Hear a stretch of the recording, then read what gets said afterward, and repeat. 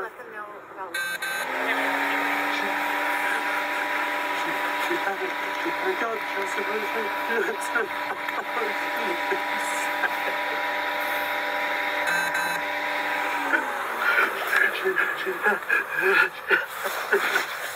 Iyan ang matinding paghihinagpis ng isang taong nawalan ng kabiyak sa marahas na paraan. Kasabay ng pagdadalamhati ay sinisisi rin niya ang kanyang sarili dahil sa nabigo niyang protektahan ang taong kanyang pinakamamahal. Ang mas masakit pa, alam nila na pwedeng umabot sa ganito at ginawa naman nila ang lahat para paghandaan ang panganib na maaaring dalhin sa kanila ng isang lalaking ilang linggo nang nanggugulo sa kanilang buhay. Subalit paano kung ang investigasyon ay dalhin ng mga ebidensya sa ibang direksyon? Pabalik sa taong pinakamalapit sa biktima, ang siyang pinakamalakas na tumangis nang siya ay natagpuang wala ng buhay. Ito ay kwento ng panlilinlang ng isang lalaking sa kagustuhang isalba ang relasyon nilang mag-asawa ay hinayaang mamuhay ang kanyang pamilya sa takot, nandamay ng inosenteng tao at sa huli ay pinasayang ang babaeng kanyang pinangakong mamahalin at poprotektahan habang buhay. Ito ang kaso ni Daniel Krug.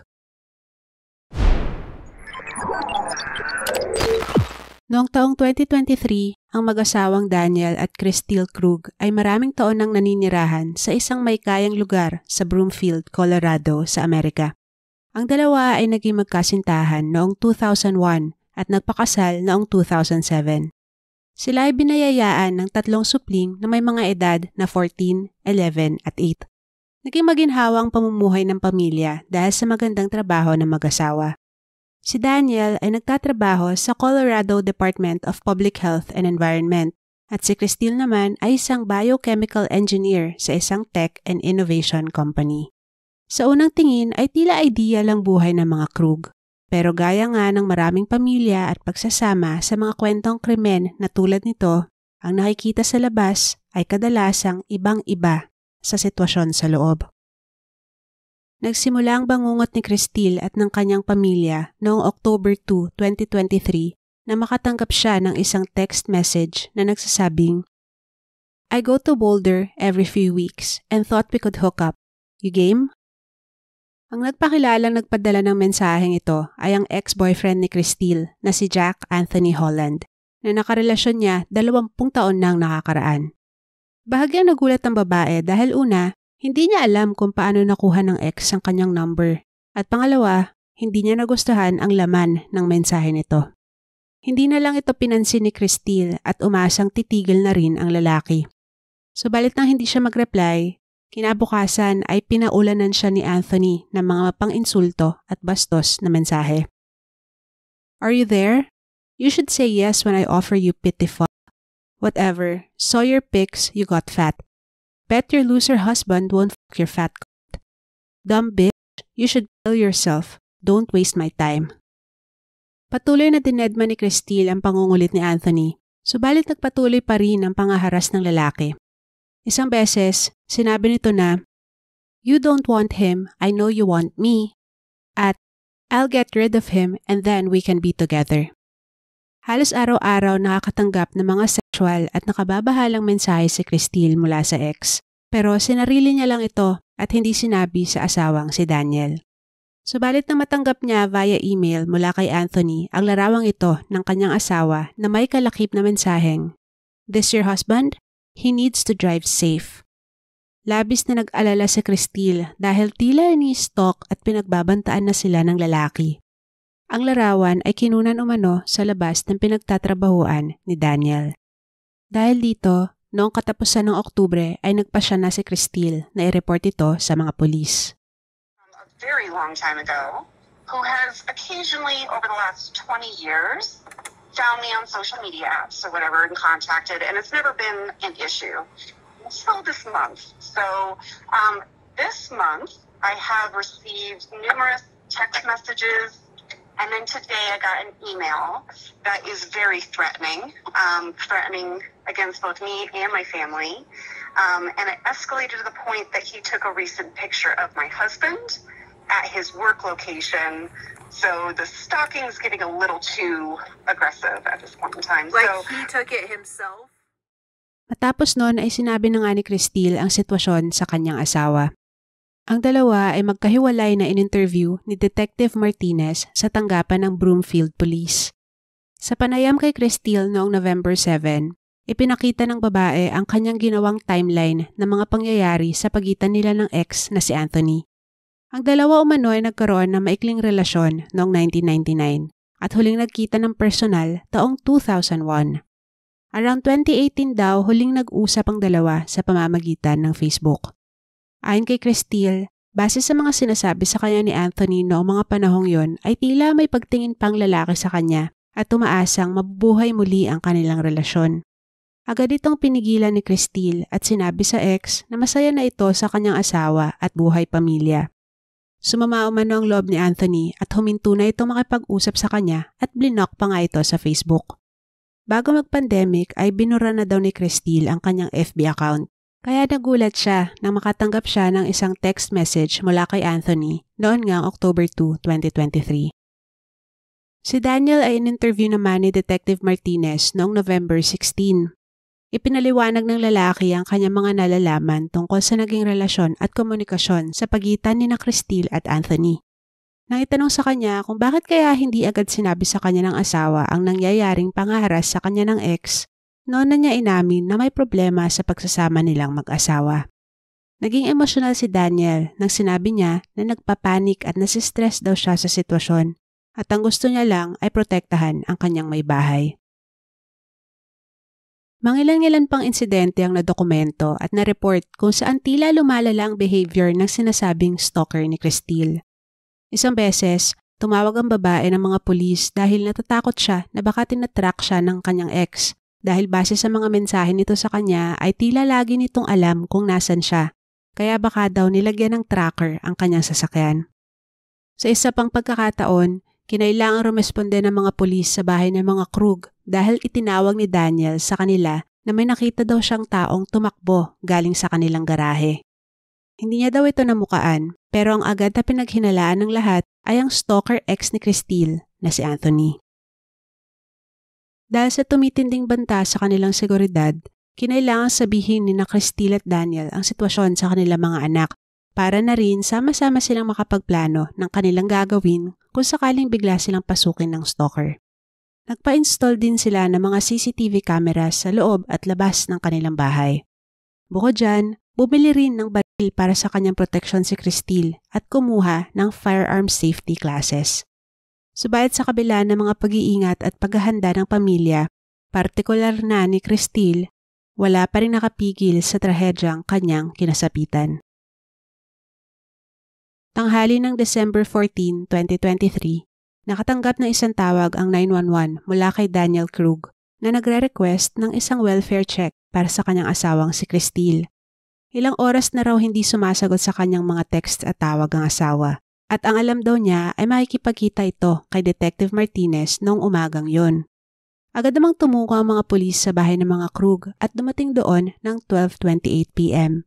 At makikita sa kanilang bodycam footage ang oras na nasilip nila ang nakahandusay na si Cristil sa garahe ng kanilang bahay.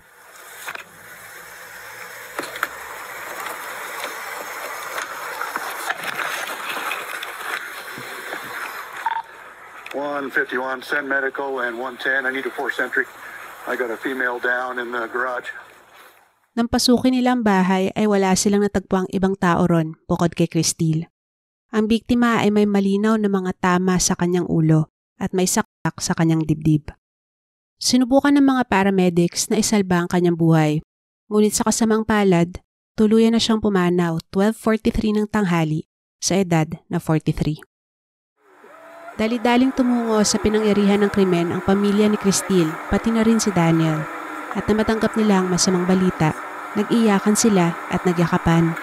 Ang asawang si Daniel ay pumalahaw ng iyak at napaluhod pa sa paghihinagpis.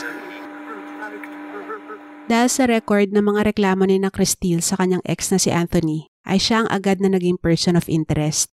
Noong araw ng krimen ay natuntun din agad siya ng mga kapulisan sa bahay ng isa niyang kapamilya sa Utah. Na makausap nila si Anthony ay halatang nakainom ito at mukhang takang-taka kung bakit siya pinuntahan ng mga pulis, lalo na nang tanungin siya tungkol kay Cristil. Ayon sa lalaki, buong araw lang siyang nasa bahay na yon. 8 oras ang layo ng kinaroroonan ni Anthony sa bahay ng mga Krug, kaya imposibleng nakapagbiyahe ito by car ng ganoong kabilis. Wala ring nakitang flight records niya noong araw na yon. Ito ay isang matibay na alibi, kaya siya ay mabilis na naalis sa listahan ng mga suspects. Dahil dito, natuon ang atensyon ng mga investigador sa taong pinakamalapit kay Cristil, ang kanyang asawang si Daniel. Agad na in-interview ng mga investigador si Daniel at may kitang tulala pa ito at parang nasa state of shock. Sa gitna ng panayam ay nabanggit niya kung gaano nakalala ang lamat sa kanilang pagsasama ni Cristil at sa tingin niya ay may tinatago ito sa kanya. Madalas daw nawawala ng matagal ang asawa at hindi nito maipaliwanag ng diretsyo kung saan siya nagpupunta at hinala ni Daniel ay may kinatatagpo itong iba. Ilang buwan na rin umano silang hindi natutulog sa isang kwarto at tila wala na daw talagang interes si Cristil na isalba ang kanilang pagsasama dahil tumanggi daw itong umattend ng marriage counseling. Bago umano magsimula ang pangaharas ng stalker ni Cristil ay hindi na talaga sila nag-uusap masyado ng asawa, maliban na lang kung tungkol sa kanilang mga anak. Nang sabihin sa kanya ng mga detectives na imposibleng si Anthony ang pumatay kay Cristil dahil nasa malayo itong lugar na mangyari ang krimen, walang naging malinaw na reaksyon si Daniel. Nang gumabi na ay nagsimula ng ipahiwatig ng mga investigador na ang mga inisyal na ebidensya ay tumuturo sa direksyon ni Daniel, ngunit iginiit ng lalaki na siya inosente. Subalit madaling nakakalap ng sapat na ebidensya laban kay Daniel at siya ay inaresto 2 araw lang matapos ang krimen. Ayon sa isinagawang investigasyon, ito ang mga totoong pangyayari noong araw ng December 14, 2023.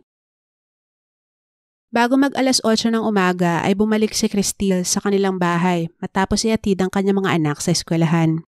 Sa kanilang garahe ay naghihintay na si Daniel at pagpasok pa lang ng asawa ay hinampas niya na agad ito sa ulo ng ilang beses at saka sinaktak ng 1 beses sa kanyang dibdib, direkta sa kanyang puso. Maraming ginawa ang lalaki para pagtakpan ng kanyang krimen. Para hindi siya makunan ng kanilang mga CCTV, gamit ang telepono ni Cristil ay dinisable niya ang kanilang home security system at tinakpan niya din ng tape ang kanilang doorbell camera. Pagkatapos ay nagpanggap siya bilang si Cristil sa pamamagitan ng paggamit ng telepono nito para mag-text sa ilang tao. Gumawa din siya ng isang scheduled na mensahe na automatic na ipapadala sa kanya mula sa telepono ng asawa matapos ang ilang minuto. Ito ay para palabasin na buhay pa si Cristil nang umalis siya ng bahay. 8:24 ng umaga na makita siya sa CCTV ng isang kapitbahay na umalis ng bahay. Ito ay 30 minutes na mas late kesa sa normal niyang alis. 8:56 a.m. nang ma-receive ni Daniel ang mga scheduled messages mula sa telepono ni Cristil. Ngunit sa investigasyon ay napatunayan na ang phone ng babae ay huling ginamit 8:22 pa ng umaga. Dumating si Daniel sa kanyang opisina ng 9:27 at nagpatuloy sa pag-text at pagtawag sa telepono ng asawang kanyang pinatay. Bandang tanghali nga nang tumawag na siya sa 911. Sa trial ni Daniel, ilang detalye pa ang nagpatibay sa paratang na siya ang pumaslang kay Cristil. Una, ang biktima ay may baril na noong mga panahong yon at ayon sa mga nakakakilala sa kanya, lagi daw itong nasa baywang ng babae o kaya naman ay malapit lang sa kanya. Marahil hindi niya daw ito ginamit dahil hindi naman niya nakitang threat ang taong gumawa nun sa kanya, na si Daniel nga. Pangalawa ay ang hindi pagtahol ng kanilang family dog na maingay daw kapag may nakikitang hindi niya kilala. Ibig sabihin, walang pumasok na stranger sa kanilang bahay noong oras na nangyari ang krimen. Pangatlo, kaduda-duda ang Google search history ng akusado 1 araw bago ang krimen. Ilan sa mga ito ay: when is a head injury a cause for concern? How hard would you have to hit someone in the head to make them unconscious? Ngunit marahil ang pinakamalakas na ebidensya laban kay Daniel ay ang natuklasan ng mga digital forensic investigators. Ang mga ito ay hindi direktang nagturo kay Daniel bilang ang killer, ngunit nagbigay ng linaw sa mga pangyayari bago ang krimen. Ang email na ginamit na nagpakilalang si Anthony ay napag-alamang ginawa gamit ang password-protected network sa opisina ni Daniel sa Denver. Ilang burner phones din na ginamit sa pangaharas kay Cristile ang na-trace na binili gamit ang isang Visa gift card na nakapangalan kay Daniel. Gamit ang phone signals, isa sa mga teleponong ito ang ilang beses na nalocate napakalapit lang sa personal na mobile phone ni Daniel. Ang lahat ng ito ay nagpapatunay na ang stalker ni Cristile ay hindi ang kanyang ex na si Anthony, kundi ang kanyang asawa at ngayon ay killer na si Daniel. Ayon sa mga investigador, ang posibleng motibo sa panloloko ni Daniel kay Cristile ay ang desperasyon nitong mapalapit muli sa asawa at maisalba ang kanilang pagsasama. Malapit na umanong mauwi sa divorce ang dalawa. At marahil ang isang matinding pagsubok na lang ang nakita ng lalaki na solusyon para kailanganin siya muli ng asawa. Posible umano na naghihinala na si Cristile na si Daniel ang nasa likod ng harassment at natunugan ito ng lalaki. Kaya humantong siya sa desisyong tapusin na lang ang asawa. Hindi man establish ang totoong motibo dahil hindi naman umamin ng akusado, ang mga ebidensya ay sapat na para mahatulan na guilty ang 44-year-old na si Daniel Krug sa mga kasong stalking, criminal impersonation at first-degree murder. Noong April 2025, nasentensyahan siyang makulong habang buhay. Nakakalungkot isipin na nakamit man ng hustisya para kay Cristile, ang pagkakakonvict kay Daniel ay nangangahulugang ang kanilang 3 batang anak ay ngayon naiwan ng walang mga magulang. Ano masasabi niyo sa kasong ito? Sa inyong palagay, tama kaya ang teorya ng mga investigador tungkol sa motibo ni Daniel? Just share your thoughts in the comment section. Don't forget to like and share this video and subscribe to my channel for more true crime content. Thanks for watching and ingat tayong lahat. Bye!